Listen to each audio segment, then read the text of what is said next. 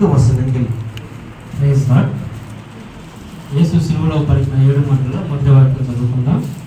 లూకా సువార్త 23వ అధ్యాయం 33-34. వారు కపాలమనబడిన స్థలమునకు వచ్చినప్పుడు అక్కడ కుడివైపున ఒకరిని ఎడమవైపున ఒకరిని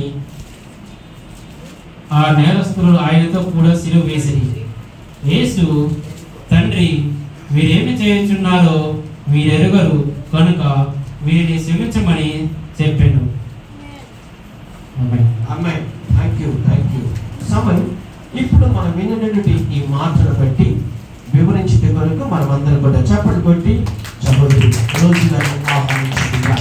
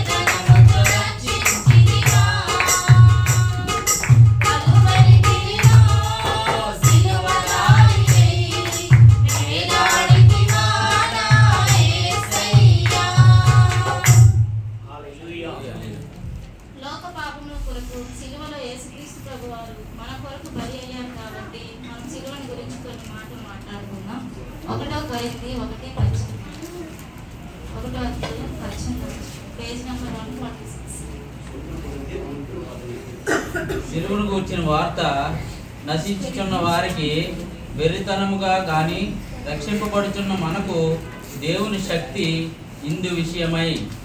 క్రైస్తవంలో క్రీస్తు సిలువ అనేది చాలా ముఖ్యమైనది. సిలువ దగ్గరే రక్షణ పని పూర్తి అయినది. విజయం చే మరణము మింగివేయబడినది.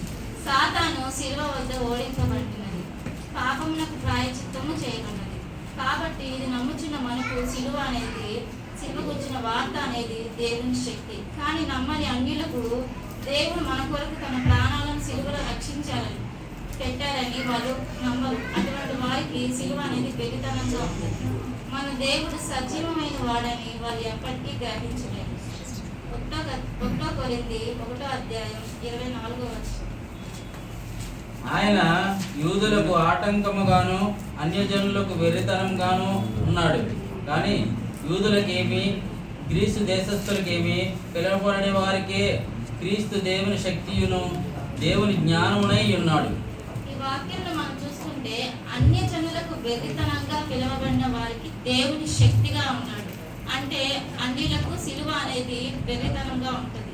పిలువబడిన మనకు సిలువ అనేది దేవుని శక్తి. సిలువ అనేది యేసుక్రీస్తు ప్రభు వారికి వేసింటారు. అప్పటి కాలంలో రోమన్లకి మరణ శిక్ష విధించాలంటే సిలువ వేస్తారు.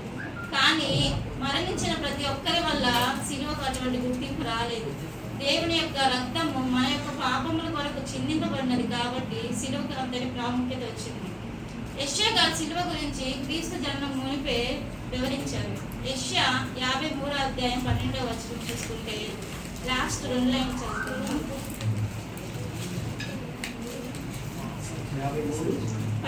లాస్ట్ రెండు లైన్. అతిక్రమం. 12. అతిక్రమం చేయవారిలో ఎంచబడిన వాడు ఆయన అనేకుల పాపము భరించుచు తిరుగుబాటు చేసిన వారిని గూర్చి విజ్ఞాపనము చేసెను. అనేక పాపములను భరించుచు తిరుగుబాటు చేసిన వారిని గూర్చి విజ్ఞాపన చేశాను. దేవుడు సిలువ వేసే సమయంలో అక్కడున్న రోమన్లు, యూదులు, ఇశ్రాయేలు అందరూ దేవుని మహిమను చూసిన వాళ్ళే, పొందిన వాళ్ళే. అయినప్పటికీ దేవుని మీద తిరుగుబాటుతో ఆయనకు సిలువ వేయండి, బరబ్బను వదిలేయండి అని చెప్పారు. అక్కడ యెషయా గారి యొక్క ప్రవచనం ఇక్కడ సిలువ సమయంలో అది నెరవేరింది. ఇప్పుడు మనం సిలువ సమయంలో యేసుక్రీస్తు ప్రభు వారు పలికిన 7 మాటల్లోని మొదటి మాట చదువుకుందాం. లూకా 23వ అధ్యాయం 34వ వచనం.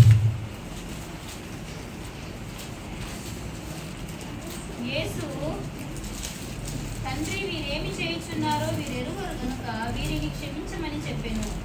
యేసు, తండ్రి వీరేమి చేయుచున్నారో వీరెరుగరు కనుక వీరిని క్షమించమని చెప్పాను. ఈ మాటలో చూసుకుంటే మనం యేసుక్రీస్తు ప్రభువారు తండ్రికి ప్రార్థన చేస్తున్నారు. ఏమనంటే వీళ్ళు ఎరుగరు, వీరిని క్షమించమని.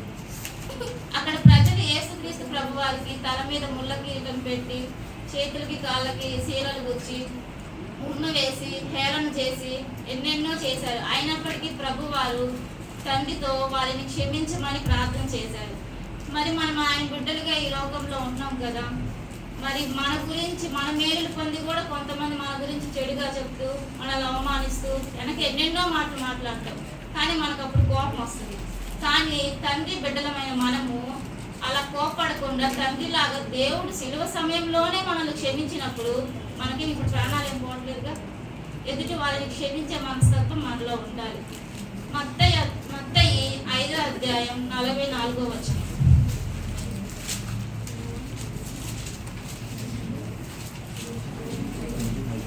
నేను మీతో చెప్పున్నదేమనగా, మీరు పరలోకమందున్న మీ తండ్రికి కుమారులై ఉండినట్లు మీ శత్రువులను ప్రేమించుడి, మిమ్మల్ని హింసించి వారి వరకు ప్రార్థన చేయుడి.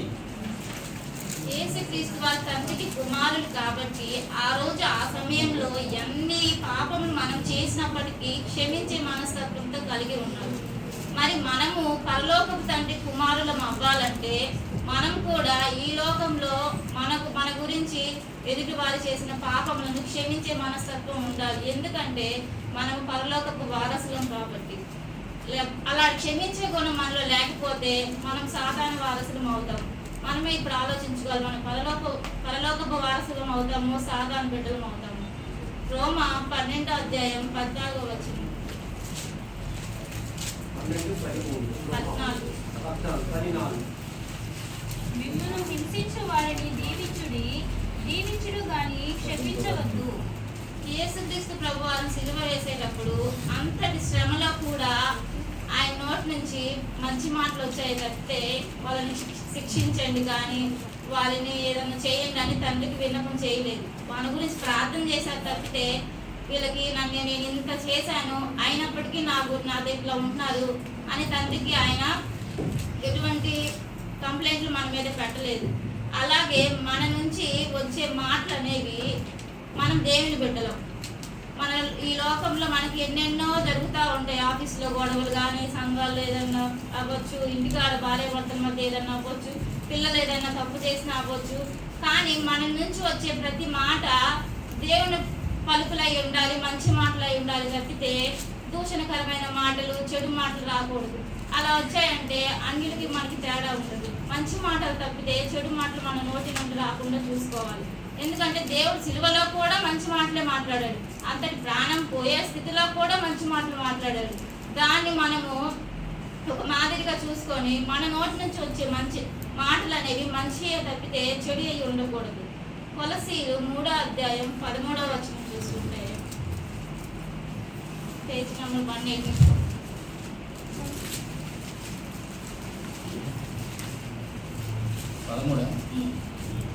కాబట్టి మీ నిమిత్తమై నాకు వచ్చిన శ్రమలను చూచి మీరు అధైర్యపడవద్దని వేడుకొనుచున్నాను. 3:13 ఎవడైనను తనకు హాని చేసినని ఎడల ఒకడు అనుకుని ఎడల ఒకరినొకడు సహించుచు ఒకరినొకడు క్షమించుడి, ప్రభువు మిమ్మల్ని క్షమించిన అలాగని మీరును క్షమించుడి. మన కుటుంబంలో ఎన్నో గొడవలు వస్తూ ఉంటాయి. బంధాల విషయంలో, రక్త గొడవల విషయంలో కానీ, తల్లిదండ్రుల విషయంలో, అక్కాచెల్లెల విషయంలో ప్రతిదీ అన్ని సామరస్యంగా ఉండవు. ఈ వచనం చూసుకుంటే ఒకరినొకడు సహించుచు ఒకరినొకడు క్షమించుచు ప్రభువు మిమ్మల్ని క్షమించులాగున మీరును క్షమించండి. పరలోకం మన తండ్రి సిలువలో మన పాపములు క్షమించాలని మనము ఫీల్ అయినట్లయితే మనము కూడా ఎదుటి వారిని క్షమించే మనస్తత్వంతో మనం ఉండాలి. అపోస్తల కార్యం 7వ అధ్యాయం 59-60 వచనం. 7 ప్రభువును గూర్చి మొరపెట్టుచు, యేసు ప్రభువా నా ఆత్మను చేర్చుకొనుమని స్టెఫను పలుకుచుండగా వారు అతనిని రాళ్లతో కొట్టిరి. అతడు మోకాలుని, ప్రభువా వారి మీద ఈ పాపము మోపకమని గొప్ప శబ్దముతో పలికెను. ఈ మాట పలికి నిద్రించెను. సౌలు అతనికి చావునకు సమ్మతించెను. ఇక్కడ స్టెఫన్ని రాళ్లతో కొట్టి చంపారు. అయినప్పటికీ ఆయన మోకాళ్ళుని వారి గురించి ప్రార్థన చేసిన వాడే ఉన్నాడు. ఆయన చనిపోయే స్థితిలో కూడా దేవుడు చనిపోయే స్థితిలో మన గురించి ఎలా ప్రార్థన చేశాడో స్టెఫన్ కూడా అలాగే అక్కడున్న వారి గురించి ప్రార్థన చేసిన వారే ఉండాలి. అటువంటి మనస్తత్వం స్టెఫన్ ఉన్నది కాబట్టే తను చనిపోయేటప్పుడు పరిశుద్ధాత్మతో నిండిన వాడై మనుష్య కుమారుడే దేవుని కుడి పార్శ్వమందు నుంచొని స్టెఫను కోసం నుంచున్నాడు. అటువంటి మనస్తత్వం మనలో కూడా ఉంటే ఈ లోకంలో ఇలాగే మనం బ్రతికితే దేవుడు మనుష్య కుమారుడు కూడా దేవుడికి మన యందు ఆయన కుడి పార్శ్వం ఉంది మన గురించి మాట్లాడేటట్లు ఉంటాడు. మనం కూడా ఇట్లాగే స్టెఫన్ లాగే క్షమించే మనస్తత్వంతో ఉండాలి. ఇటీవల కాలంలో దైవజనులు ప్రవీణ్ పగడాల గారిని, అమెరికన్ దైవజనులు వాళ్ళని సేవ చేస్తున్నారని చంపేశారు. అయినప్పటికీ వాళ్ళ వైఫ్ దీనిని క్షమించాము అని మీడియా ముఖంగా చెప్పారు. ఎవరైనా అటువంటి ఇప్పుడు తన భర్తను చంపేస్తే ఎవరైనా క్షమిస్తారా? మన ఊర్లో అయితే ఎన్ని శాపాలు పెడతారు, నా భర్తను చంపేశారు అది ఇది. కానీ వాళ్ళు దైవ సేవకుల భార్యలు కాబట్టి అటువంటి మనస్తత్వం కలిగి ఉండాలి. ఈ లోకంలో దైవ సేవకుల భార్యలే కాదు, మనం కూడా అలాంటి మనస్తత్వం కలిగి ఉండాలి. 1 పేతురు 2వ అధ్యాయం 21, 22, 23 215.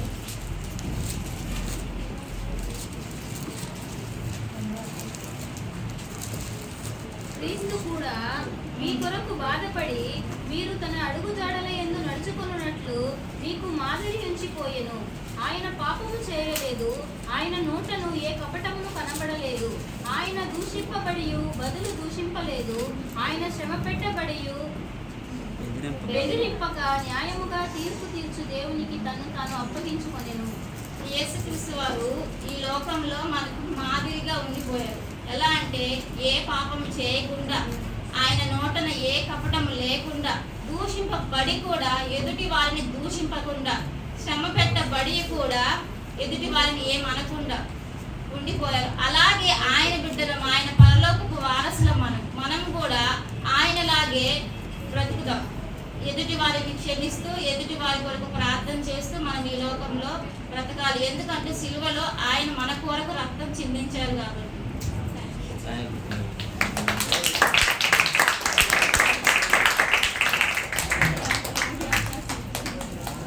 అద్భుతం, మహాద్భుతం.